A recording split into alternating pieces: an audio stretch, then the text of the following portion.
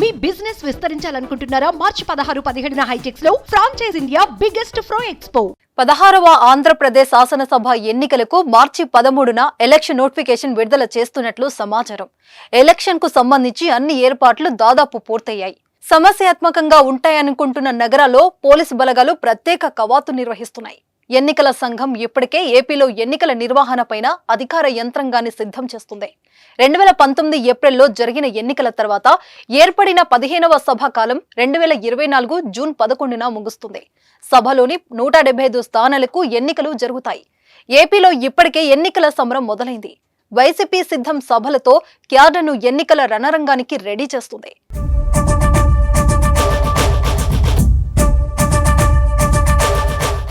చంద్రబాబు, పవన్ కళ్యాణ్ ఎన్నికల సమరశంఖం పూరించారు.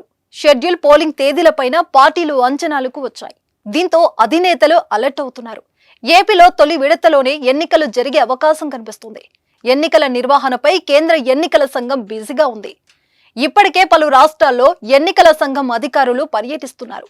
ఆయా చోట్ల ఎన్నికలు నిర్వహించేందుకు పరిస్థితులపై అంచనాకు వచ్చారు. అన్ని రాష్ట్రాల్లో అధికారుల పర్యటన మార్చి 13 లోపు ముగియనుంది. 13, 14 తేదీలో లోక్సభ, ఏపీ అసెంబ్లీ ఎన్నికల షెడ్యూల్ విడుదల చేసే అవకాశం ఉంది. గత ఎన్నికలకు 2019లో మార్చి 10న ఎన్నికల సంఘం షెడ్యూల్ ప్రకటించింది. మార్చి 18న నోటిఫికేషన్ జారీ అయింది. ఏప్రిల్ 11న పోలింగ్ జరగ్గా మే 23న ఫలితాలు వెల్లడయ్యాయి. ఈసారి మార్చి 13న గాని ఆ తర్వాత గాని షెడ్యూల్ విడుదల అవటం ఖాయంగా కనిపిస్తుంది. ఈ లెక్కన ఏప్రిల్ 15 నుంచి 20 మధ్య పోలింగ్ ఉంటుందని అంచనా వేస్తున్నారు. ఏపీలో తొలి విడతల్లోనే 175 అసెంబ్లీ, 25 ఎంపీ స్థానాలకు పోలింగ్ జరుగుతుందని భావిస్తున్నారు. గతంలోని తొలి విడతలోనే ఏపీలో ఎన్నికలు నిర్వహించడం ద్వారా ఇతర రాష్ట్రాలకు అధికారులు, భద్రతా సిబ్బందిని వినియోగించుకోవటానికి ఎన్నికల సంఘానికి వెసులుబాటు ఉంటుంది.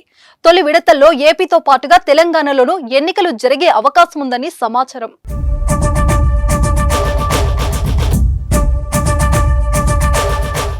ఢిల్లీలో జరుగుతున్న పరిణామాలు, అందుతున్న సంకేతాలతో ఏపీలో ప్రధాన పార్టీలు అలర్ట్ అయ్యాయి. అందులో భాగంగా టీడీపీ, జనసేన తమ అభ్యర్థుల తొలి జాబితా ఇప్పటికే విడుదలయ్యాయి. బీజేపీతో పొత్తు కారణంగా అన్ని సీట్లు ప్రకటించకుండా ఖాయమైన సీట్లను ప్రకటించాలని నిర్ణయించారు. బీజేపీ కేటాయించే సీట్లపైన చంద్రబాబు, పవన్ ఒక అంచనాకు వచ్చినట్లు తెలుస్తుంది. ఈ వారంలోనే ఈ ఇద్దరు నేతలు ఢిల్లీకి వెళ్లనున్నారు.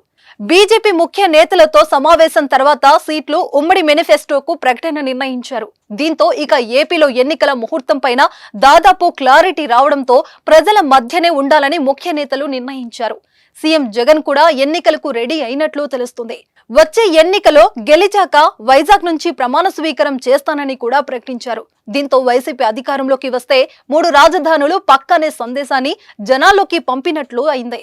చూద్దాం ఎన్నికల తర్వాత ఏపీలో జరగబోయే పరిణామాలు ఏంటో.